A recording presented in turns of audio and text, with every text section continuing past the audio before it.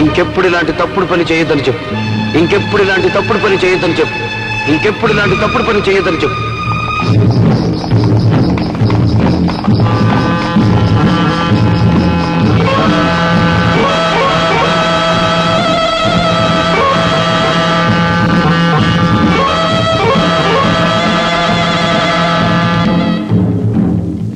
అత్త, రణరంగం అంటే అమాయకులైన పాలేళ్లతో పనులు చేయించడం కాదు, అహంకారంతో విర్రవేగడం కాదు.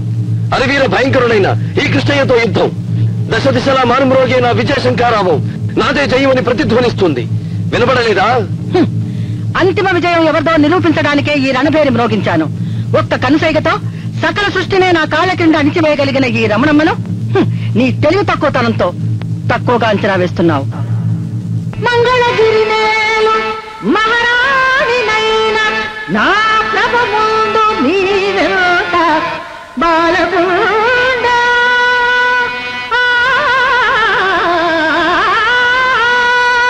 బాలకుండనో ప్రజాపాలకుండనో నేను చూతువుగాని హే రాతి బండ.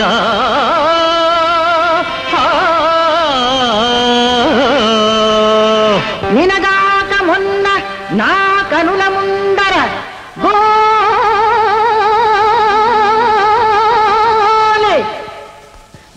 గోలికాయలాడిన పిల్లకాయ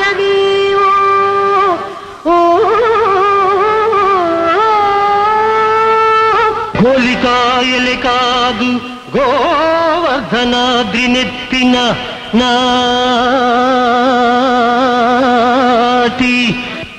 నాటి నందనందనుడు నేను.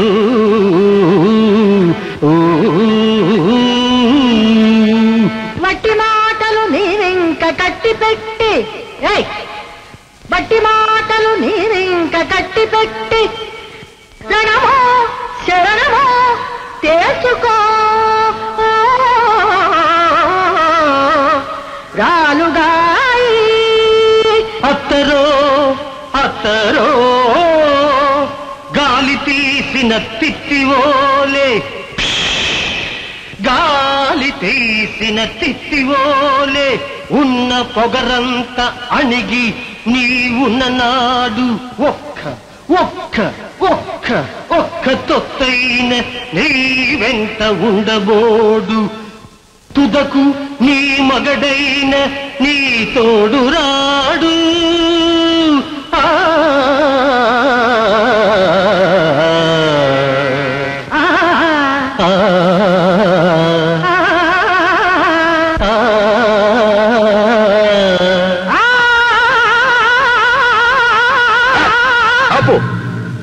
పాడింది చాలు, వచ్చిన పని చూడు.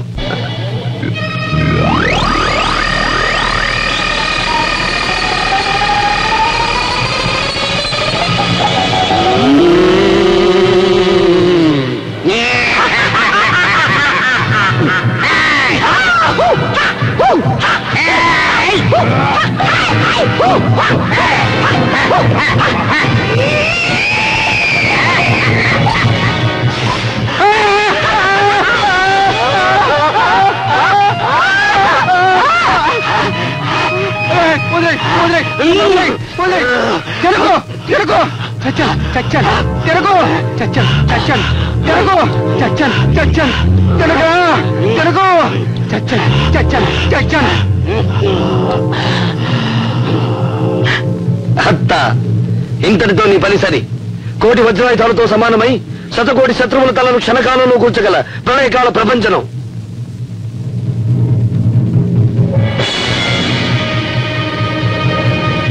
ఈ కృష్ణ చక్రం బారి నుండి నిన్ను ఎవ్వరూ రక్షించలేరు. పాపం నశించుగాక. నువ్వు పారిపో.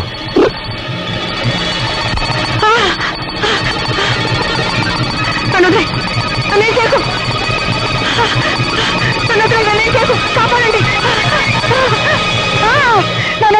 నన్నేం చేయకు, నన్ను చంపకు, వదిలే బాబోయ్, నన్నేం చేయకు, నన్ను.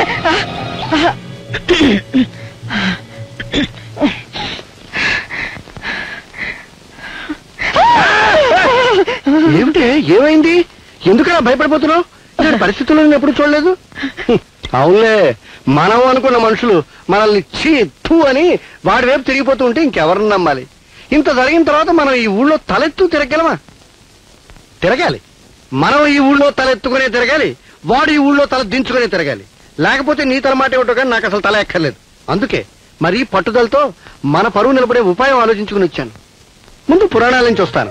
శ్రీకృష్ణుని జయించలేక జాంబవతుడు జాంబవతిని, సత్రాజిత్తు సత్యభామని మహానుభావుడైన శ్రీకృష్ణుడికి ఇచ్చి పెళ్లి చేసి అల్లుడిని లొంగ తీసుకున్నారు. ఇప్పుడు చరిత్రలో గడిపోతాను.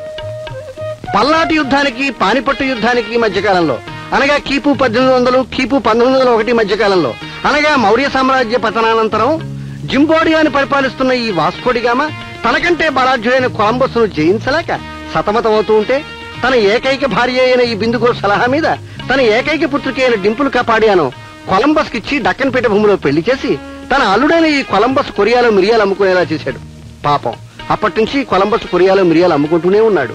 అలాగే క్రీశ 201లో చోళగుప్త విక్రమాదిత్యుడు తన కుమార్తె అయిన మురారిని ప్రతాపరుత జంజాలకిచ్చి పెళ్లి చేయాలి. ఆ కథలు మాకు తెలుసు, విషయం చెప్పండి. ఈ పురాణాల వల్ల చరిత్ర వల్ల మనకి తెలిసింది ఏమిటంటే కయ్యంతో సాధించలేదు వియ్యంతో సాధించవచ్చు. నేను చెప్పేది ఏమిటంటే ఆ కృష్ణయ్యని నువ్వు నీ బలగము ఏమీ చేయలేరు, వదిలే. వాడు మనకి లొంగడు, వదిలే. కాని వాడిని ఎలా అనసాలి అది పట్టుకో. నా ఉద్దేశం ఏమిటంటే కోప్పడకూడదు, చుట్టుపక్కల వస్తువులు నా మీద విసరకూడదు. చెప్పండి. మన కూతురు రాధని ఆ కృష్ణయ్యకి ఇచ్చి పెళ్లి చేసేస్తే. కంగారు పడుకో, నేను చెప్పేది విను. మన పెళ్లి కాకముందు ఆహా నేను ఎలా ఉండేవాడిని, ఇప్పుడు ఎలా అయిపోయాను. నీ కూతురు నీకంటే 100 రెట్లు. ఈ పెళ్ళయిందంటే కృష్ణయ్యని కొంగుని కట్టేసుకుని మళ్ళీ దోపేసుకుంటుంది. వాడు ఊపిరాడకి బేరం అంటాడు. అప్పుడు ఈ మంగళగిరికి నువ్వు నీ కూతురు రాణులు, నేను కృష్ణయ్య ఈ హాల్లో అష్టాచెమ్మ ఆడుకుంటూ ఉంటాం. ఆలోచించుకో, పట్టుకో.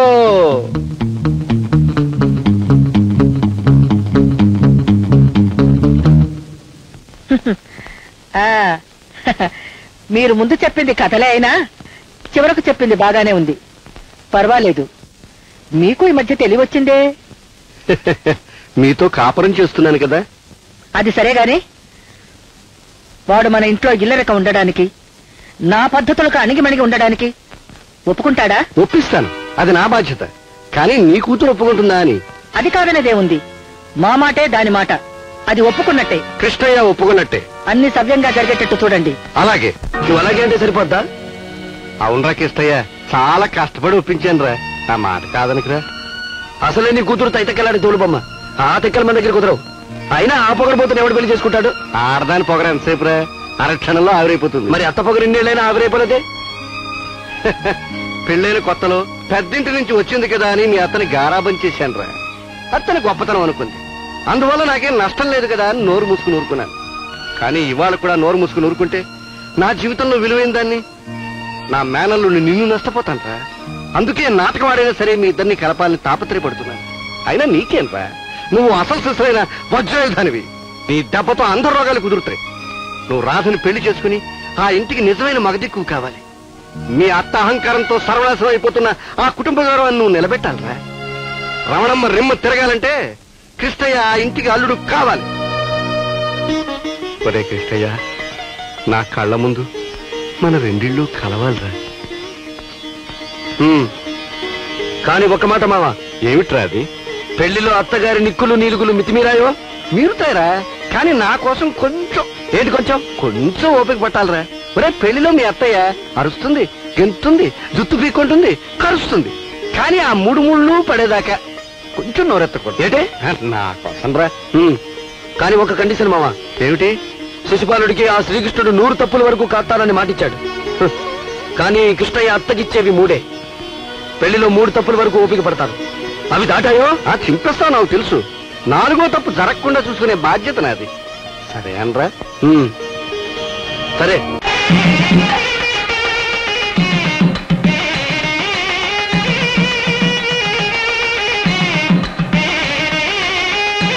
రా నారాయణరావు. రమణమ్మ గారు, ఏమిటిదంతా? పెద్దింటి పెళ్లి ఇంత అనుకోకుండా పెట్టేశారు. విరోధికి కూతునిస్తున్నారు. అదే నారాయణరావు, రమణమ్మ రాజకీయం. మీ రాజకీయాలకి ఎప్పుడు కావాల్సిన మా బలగవంతా మీ వెనకే ఉంటుందని గుర్తుపెట్టుకోండి. మొన్నంటే ఏదో తెలియక దెబ్బతిన్నాం, ఇక అలా జరగదు. ఉక్కు పిడుగు లాంటి మనుషులు ఉన్నారు. నాకెవరంటే అవసరం లేదు. ఎక్కడ కొట్టాలో అక్కడ కొట్టాను. వాడి తల ఎలా వంచాలో అలా వంచుతున్నాను. నాకు ఈ మంగళగిరిలో ఎదురు లేదు, ఎదురు చెప్పే మనిషి లేడు. ఈ చీర నేను కట్టుకోవాలా? నేను కట్టుకునేది తప్పమ్మా, అలా అనకూడదు. పెళ్లి రోజున మొగుడు ముత్తైదులతో పంపించిన చీర అది కట్టుకుని పీటల మీద కూర్చోవటం ఆనవాయితీ. అయితే మాత్రం గోరగుడ్డ లాంటి చీర నా బిడ్డ కట్టాలా? ఇటువంటివి మా ఇంటి పని వాళ్ళకి ఇచ్చినా కూడా ఎడం చేతో బయట పారేస్తారు. చూడమ్మా, పెళ్లి కొడుకు తీసుకొచ్చిన పెతానం చీరలో ధర చూడకూడదు, ప్రేమ చూడాలి.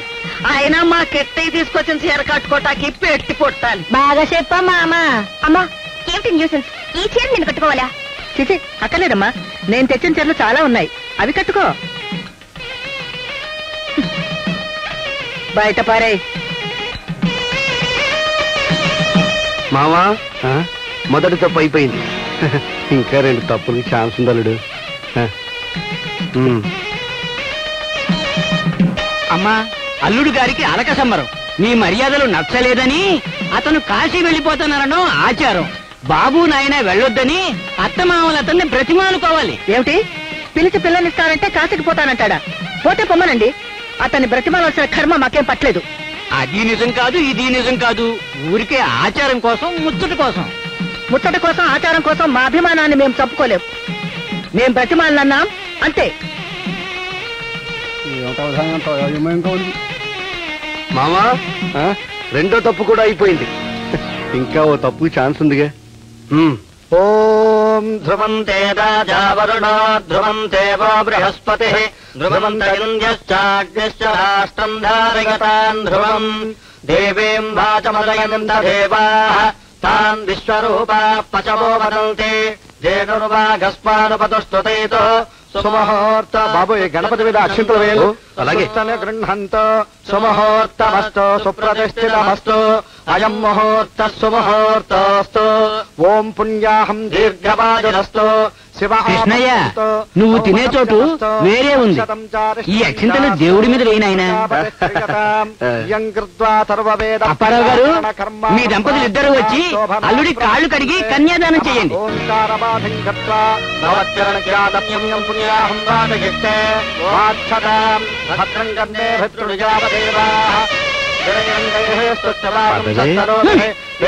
ఏమనుకుంటున్నారు? ఒకళ్ళు నా కాళ్ళు కడగాలే గాని ఇంకొకళ్ళ కాళ్ళు కడగడం ఈ రమణమ్మ జీవితంలో జరగని పని. అది కాదే, అత్తకాళ్ళు అల్లుడు కడగడం కాదు, అల్లుడు కాళ్ళే అత్తమామలు కడగడం ఆచారం, పద్ధతి. మార్చుకోండి ఈ పద్ధతులు.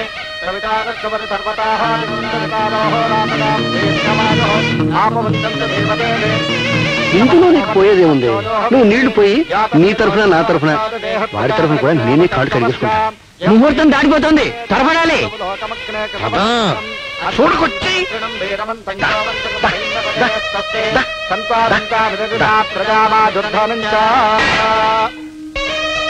తదంగం వనపాద పూజాం కరిష్యే నమోస్తనంతాయ సహస్రమూర్తయే సహస్రపాదాక్షిశిరోర్వాహనే సహస్రకోటిఘనమానే నమః. నమో బ్రహ్మణ్యదేవాయ గో బ్రాహ్మణహితాయ జగద్ధితాయ కృష్ణాయ శ్రీ గోవిందాయ నమో నమః. వరపాదత్వయోః హరిద్రాకూరం సమర్పయామి. బాగా చల్లుకో, వచ్చే జన్మలో అయిన మనిషిగా పుడతాం. త్వరగా 3 కట్టించేవయ్యా. నా 3 అయిపోయాయి. 3 ఏమిటండి, నా సంభావన 4 అయితేను. 3 అయిపోయింది నాకు. నీ 4 కాదు, 40 ఇస్తాను. తాళి కట్టించు, భజంత్రీలు కొట్టించు. అలాగే భజంత్రీలు వాయించండి, గట్టిగా ఇంకా గట్టిగా వాయించండి.